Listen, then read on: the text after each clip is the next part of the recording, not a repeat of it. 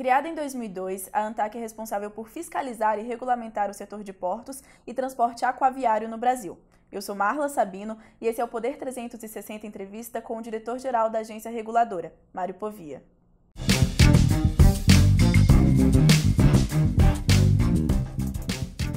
Mário, muito obrigada por aceitar o nosso convite. Queria que você começasse falando um pouco sobre como é a atuação da agência reguladora e qual o impacto para a sociedade. Prazer estar aqui, obrigado pelo convite.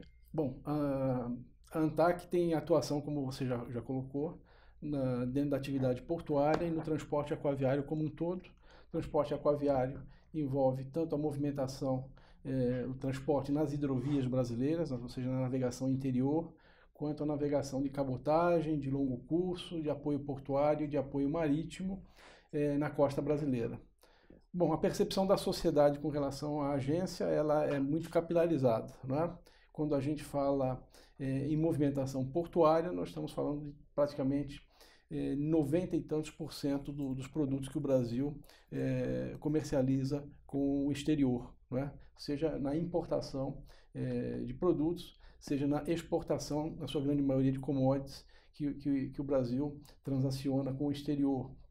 Então, tudo que envolve isso, desde a gôndola do supermercado, os produtos importados, até a balança comercial brasileira, tem atuação, tem, de alguma forma, a gestão da agência nesse sentido.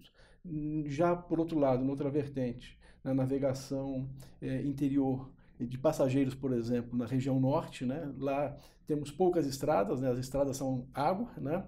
Então já a movimentação regular de passageiros nas hidrovias, sobretudo na região norte, também já tem a gestão da agência, a regulação da agência, então já é uma outra relação com a sociedade, né? Lá, por exemplo, e lembrando que a competência da agência é no transporte interestadual e internacional e nas travessias interestaduais e internacionais. O transporte local é competência dos estados, portanto, das agências reguladoras estaduais.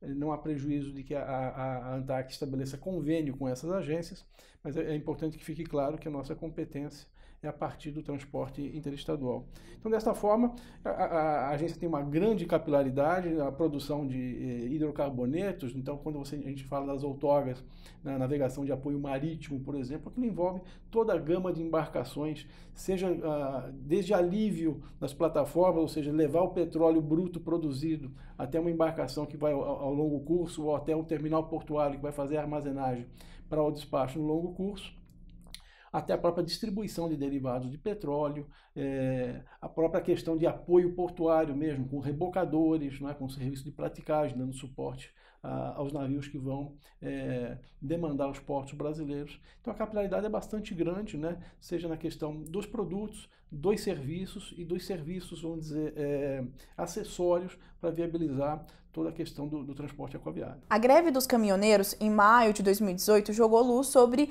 a matriz de transporte brasileira. A gente ainda é muito dependente do transporte rodoviário. Queria saber o que pode ser feito para melhor usar as nossas hidrovias e o transporte de cabotagem. Eu acho que o começo disso tudo é a provisão de infraestrutura, não é? Quando você coloca ferrovias, né, como rotas alternativas, né, hidrovias como rotas alternativas, e uma verdadeira BR aquaviária que nós temos, né, são 8.500 quilômetros de costa brasileira. O importante é deixar essas estruturas em condições de uso pela iniciativa privada, né? Nós não vamos colocar, não será por decreto que nós vamos determinar que determinada carga vá para o modal X, Y ou Z, né? Nós temos que colocar, dar a disponibilidade ao empreendedor, não é? Ao usuário, não é?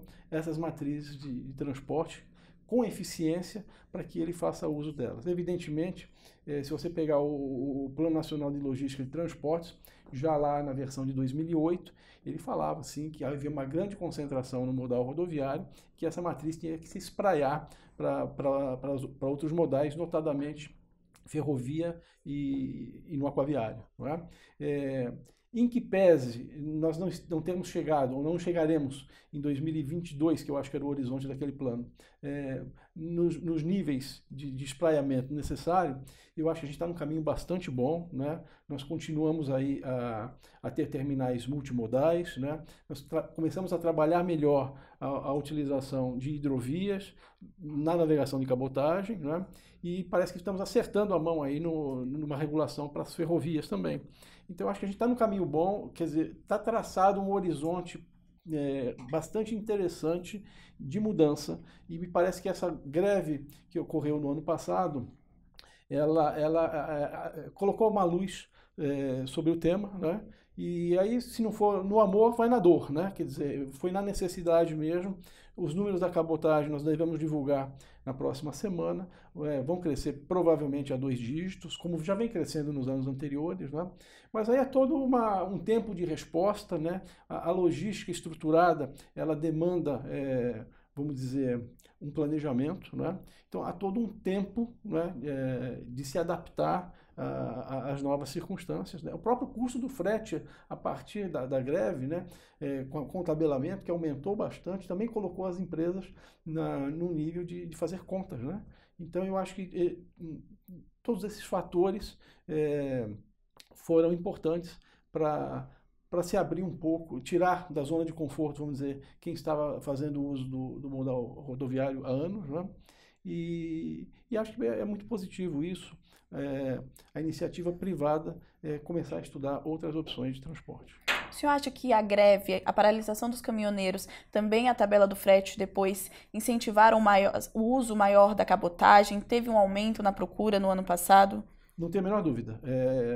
Eu participei de um seminário há uns 45 dias atrás, e uma das maiores empresas que fazem cabotagem estava exatamente colocando isso. A base de clientes aumentou e o número de empresas novas, né, que estão procurando a empresa aumentou significativamente. Então, eu não tenho a menor dúvida que isso já aconteceu, esse processo já foi disparado, né? Agora é ver o que vinga, enfim, os resultados efetivos disso. O senhor acha que esse movimento vai continuar em 2019?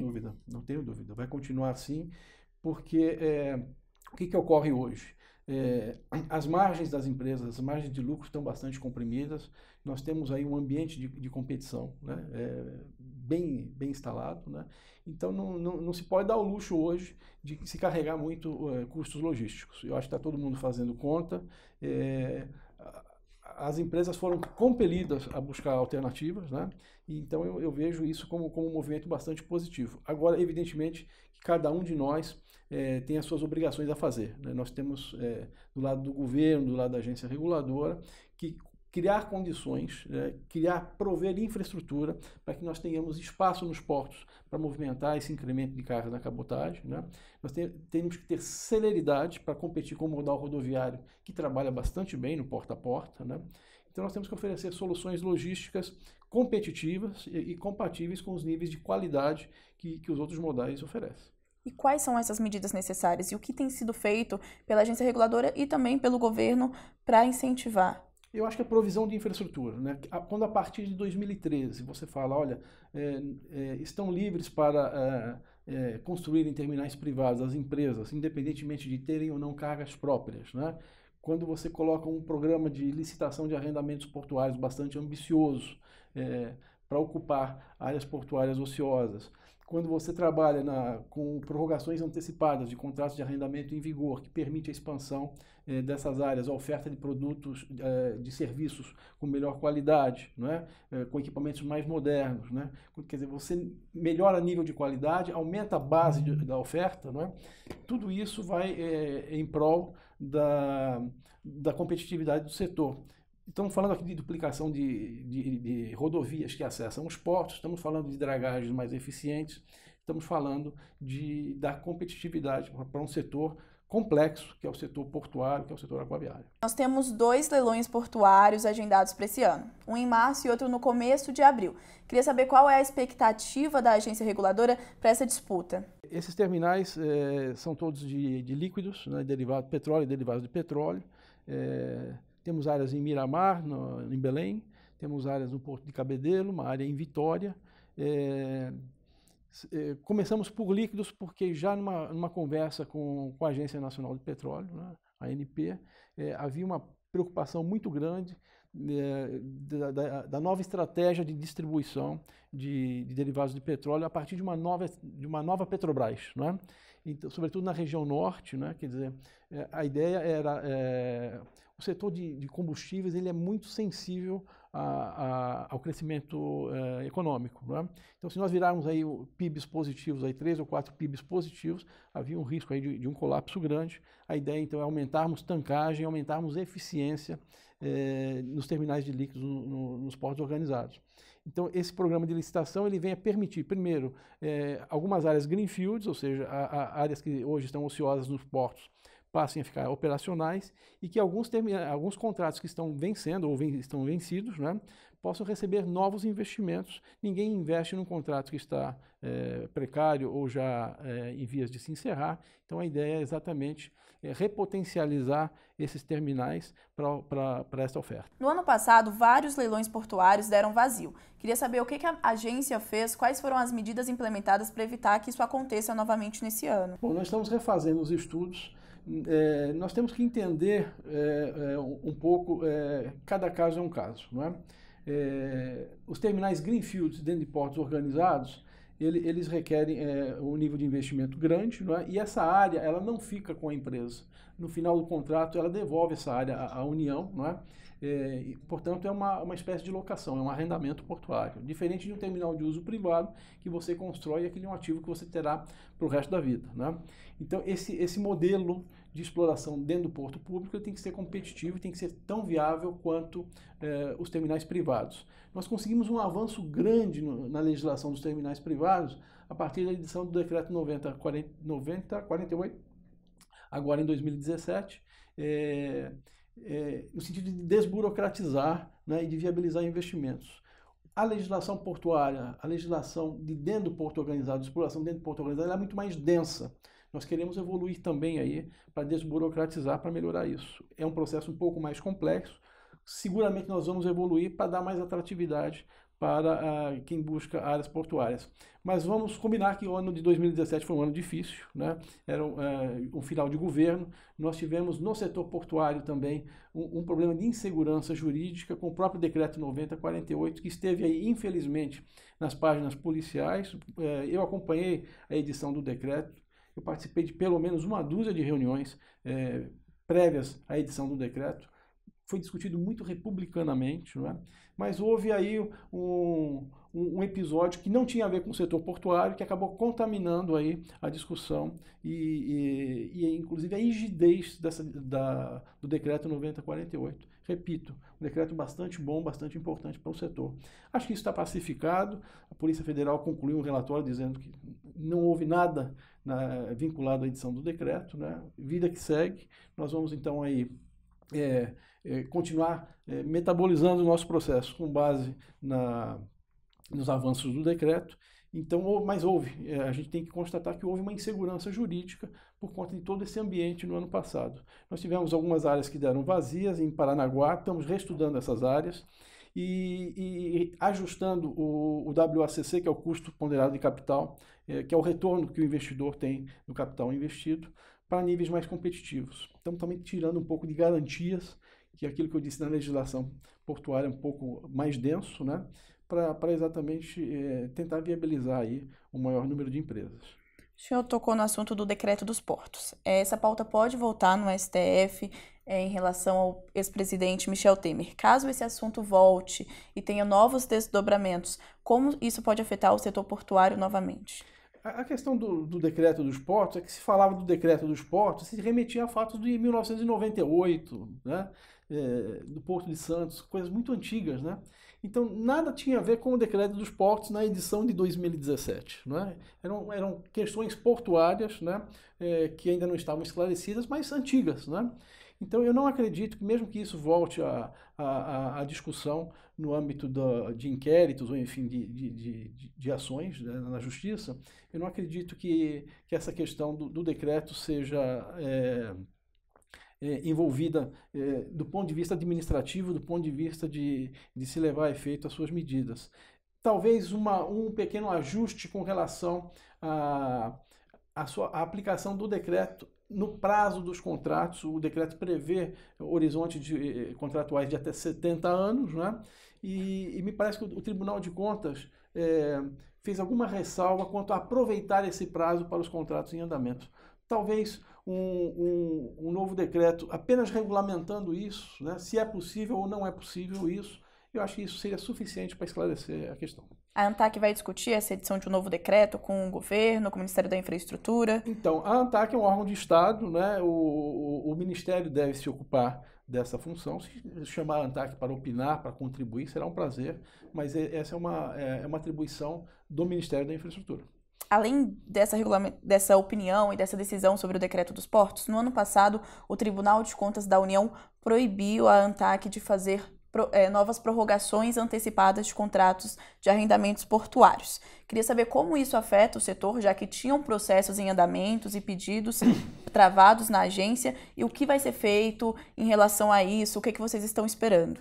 Bom, o que eu espero particularmente é que essa cautelar caia, né? Foi uma decisão cautelar, não foi uma decisão definitiva do TCU.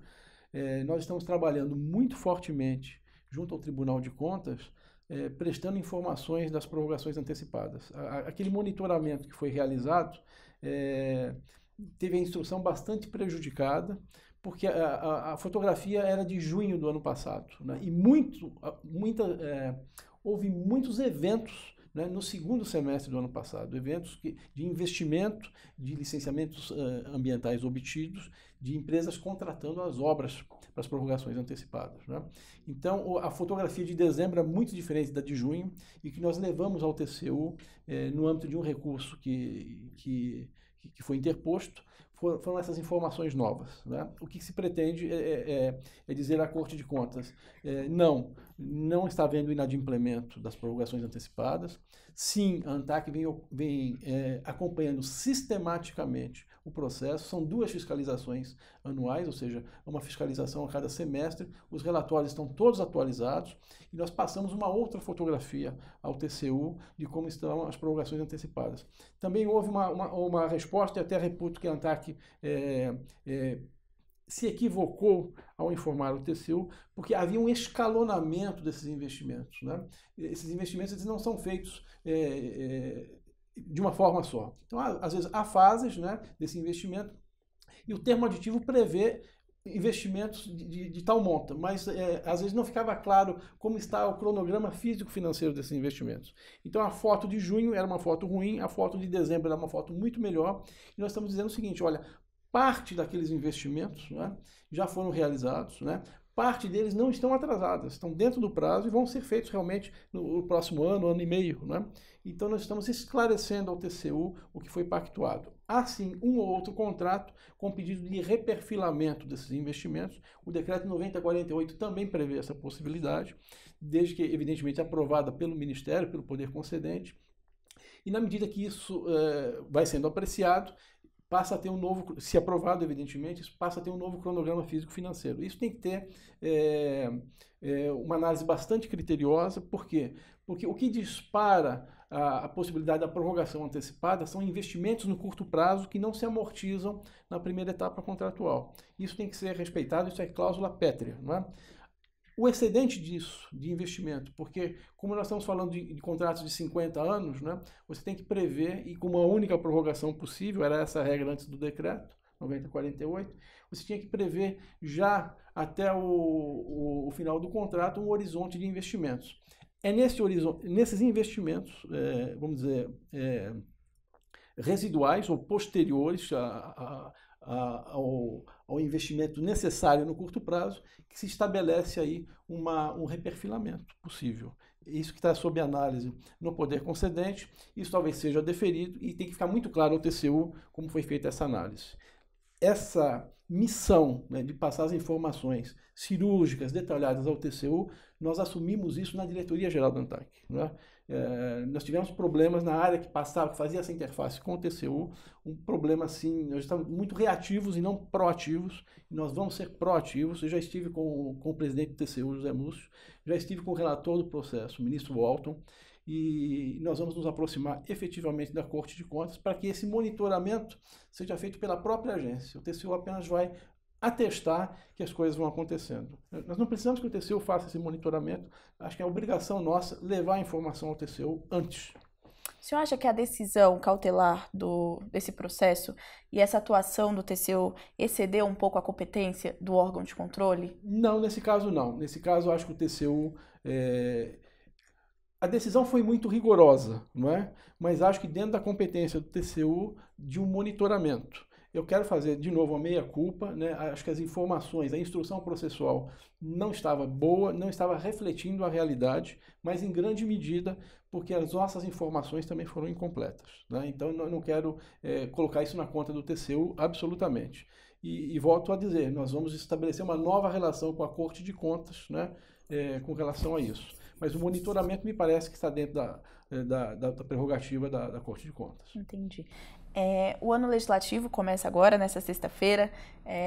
Na pauta tem, além da... Eu queria saber, na opinião do senhor, quais pautas do setor, além da lei das agências reguladoras, podem tramitar e impactam o setor portuário nesse ano? Bom, nós temos o PL das agências, que você lembrou bem, é um PL que tenta reforçar o caráter de independência e autonomia das agências reguladoras, né? Talvez há uma possibilidade de uniformizar também a questão de número de diretores, né, nas agências. A ANTAC tem 3, a grande maioria das agências tem 5, né? Isso seria bom para nós, para aliviar um pouco também a nossa carga de trabalho lá. E, bom, temos uma série de outros assuntos que é difícil saber qual será a dinâmica dentro desse novo Congresso tão renovado, né? Mas nós temos alguma coisa com relação à praticagem, né? Há um projeto de lei de regulação da praticagem, passando essa atribuição da regulação econômica da praticagem para a ANTAC, mantendo com a Marinha apenas o que a gente chama de regulação técnica, né? Com relação a hidrovias, a gente aguarda uma política pública por parte do Ministério da Infraestrutura, que já te adianto, já está debruçado sobre esse assunto. Eu acho que o Ministério deve ao setor o estabelecimento dessa política pública. É importante que a gente avance com uma política pública. Nós temos hoje rios navegáveis, nós não temos hoje hidrovias. Nós precisamos virar essa página, trabalhar com o EVTS, ver se a concessão é algo viável, a gente viabiliza uma parceria público-privada. Importante que a gente tenha um projeto piloto para a gente ter uma curva de aprendizado para a questão hidroviária. Acho que na cabotagem a gente tem muito que evoluir. A propósito da cabotagem, o Tribunal de Contas da União está fazendo uma auditoria da cabotagem, mas eu já percebi também no Ministério uma grande preocupação com o desenvolvimento da cabotagem. Na questão da cabotagem, nós já temos diagnóstico. Está muito claro aí medidas que têm que ser tomadas para estimular o setor, né? Mas volto a dizer, eu acho que o mais importante, as medidas estruturais nós já tomamos, é provisão de infraestrutura. Acho que a gente está num caminho bom, eu estou bastante otimista. Quais são essas outras medidas para incentivar a cabotagem? Sim, a desoneração do bunker, que é o combustível utilizado pelas embarcações, uma legislação trabalhista mais flexível para os marítimos, né? Linhas de financiamento mais interessantes aí para o aporte de embarcações na navegação de cabotagem, desburocratização dos portos, né? E trabalhar também com os cursos de praticagem. Eu acho que esse é um diagnóstico já, vamos dizer, bem convergente de estudos já existentes no passado, que a gente poderia debruçar aí e talvez a reboque do próprio acórdão no Tribunal de Contas dessa auditoria, a gente possa aí surfar e evoluir nesse assunto. Como tem sido o diálogo com o ministro da Infraestrutura? Bom, nós não tivemos ainda a oportunidade de sentar com o ministro. Eu conheço o ministro das reuniões do PPI, não é? Onde discutimos bastante lá essas áreas que estão sendo licitadas. E eu sou fã do ministro, eu tenho um profundo respeito por ele. É uma pessoa, me identifico muito com ele. Ele tem algumas características que eu me identifico muito com ele. É perfeccionista, ele defende o serviço público de qualidade, não é?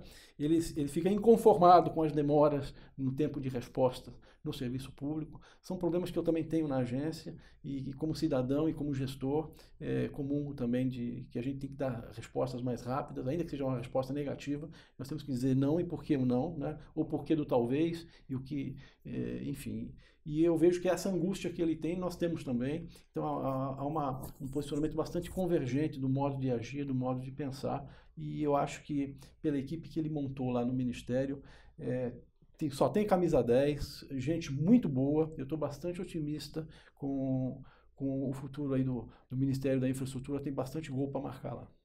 E qual a avaliação do senhor sobre essa proposta de junção das agências reguladoras do setor de transporte, a ANTT e a ANTAQ? Bom, essa é uma questão a ser discutida. Em tese, eu não vejo nada contra, talvez até a gente consiga perfilar aí uma certa sinergia com relação a isso, né? Mas eu acho que isso merece uma discussão maior, né? As agências tendem a se especializar cada vez mais, não é? Então eu acho que é importante você ter um ministério que cuide dessas áreas, um planejamento único. Evidentemente que o setor de transporte não dá para pensar a logística ferroviária separada da aquaviária, separada da rodoviária, não é? E até da aeroviária, não é? É importante você ter isso. Já temos isso dentro de um mesmo ministério. Então, a questão de planejamento e de política pública, me parece que tem tudo para andar bem. A regulação é um caso à parte. A regulação já é um ajuste fino, já é uma questão cirúrgica lá na ponta, né? Eu não sei se haveria sinergia que justificasse a fusão das agências. Mas volto a dizer, eu não quero analisar isso com o coração, né? Eu estou na agência há muito tempo, a gente vem buscando para ter uma ANTAQ que dê respostas rápidas para a sociedade, uma agência moderna, uma agência onde os servidores tenham orgulho, né, e satisfação em trabalhar. A gente vem trabalhando fortemente nos últimos anos nesse sentido, né? E eu não sei se a fusão das agências elaboraria favoravelmente a tudo isso que a gente pensa. De toda forma, volto a dizer, não tenho uma posição nem favorável nem contrária. Eu acho que é um assunto que merece uma discussão maior, né? Acho que o governo acertou em não fazer medida provisória com relação a isso. Lembrando sempre, a agência é órgão de Estado, não é órgão de governo, né? Então isso é bom que seja discutido no Congresso. É lá que é o ambiente para se discutir isso, né? Assim como o PL das agências está lá. Agora, pelo que conheço do ministro, é um homem de diálogo, provavelmente em algum momento vamos sentar para conversar, prós e contras, né? Eu não conheço a ANTT como está hoje, né, em termos de transparência, governança, enfim, é uma questão para se analisar. Para a gente terminar, eu queria falar um pouco sobre transparência. Hoje a ANTAQ transmite pela internet as reuniões da diretoria, que acontecem mais ou menos 2 vezes por mês. E eu queria saber se há algum projeto, alguma medida em estudo para tornar a reunião aberta ao público e à população que queira acompanhar. Bom, a reunião ela já é aberta ao público. Ela é transmitida em tempo real, né? Mas você disse talvez a questão de fazer uma sustentação oral, alguma coisa Isso, nesse acompanhar sentido. fisicamente na sede da ANTAQ. Muito bem. Nós temos então uma resolução que cuida exatamente do procedimento de reunião, das reuniões de diretoria, a resolução 2900. Ela já passou por audiência pública, a revisão dessa resolução, e o que se busca é exatamente isso, uma participação social mais efetiva, permitindo exatamente espaços para sustentação oral com uma participação maior do setor regulado. Nesse sentido, eu acredito que o estágio atual dessa revisão está em conclusão das análises. É possível que nós tenhamos já isso viabilizado no final de março. É uma previsão para isso. A agência está totalmente focada em caminhar para governança, transparência, né? Dentro das mais modernas práticas aí da OCDE, enfim, a gente está trabalhando muito fortemente nisso. Os ganhos com relação a isso, a evolução com relação a isso nos últimos anos são evidentes, você pode pesquisar isso. E eu acho que nós estamos num caminho bastante bom. É importante que a gente dê transparência às nossas ações, que a gente justifique os nossos atos, né? E nesse sentido, acho que a gente está trabalhando bem. O que nós temos que melhorar, eu acho hoje, eu já falei um pouco, né, da nossa relação com a Corte de Contas, e eu acho também que o tempo de resposta. A gente ainda tem um pouco daquele viés de serviço público, né? de muita burocracia, nós temos que dar respostas mais rápidas. Estamos evoluindo muito em decisões cautelares, né? Você percebe um processo, uma denúncia, alguma coisa, já em 48 horas já temos condição de dar uma decisão cautelar, mas o processo mesmo, né, a instrução processual ainda não está boa, ainda está muito lenta. Às vezes nós demoramos um ano e meio para julgar um auto de infração. Isso é inadmissível. Nós vamos trabalhar fortemente para reduzir esses prazos. Mário, muito obrigada pela sua vinda aqui no estúdio. Foi um prazer conversar com você. Prazer também, Marla. Muito obrigado.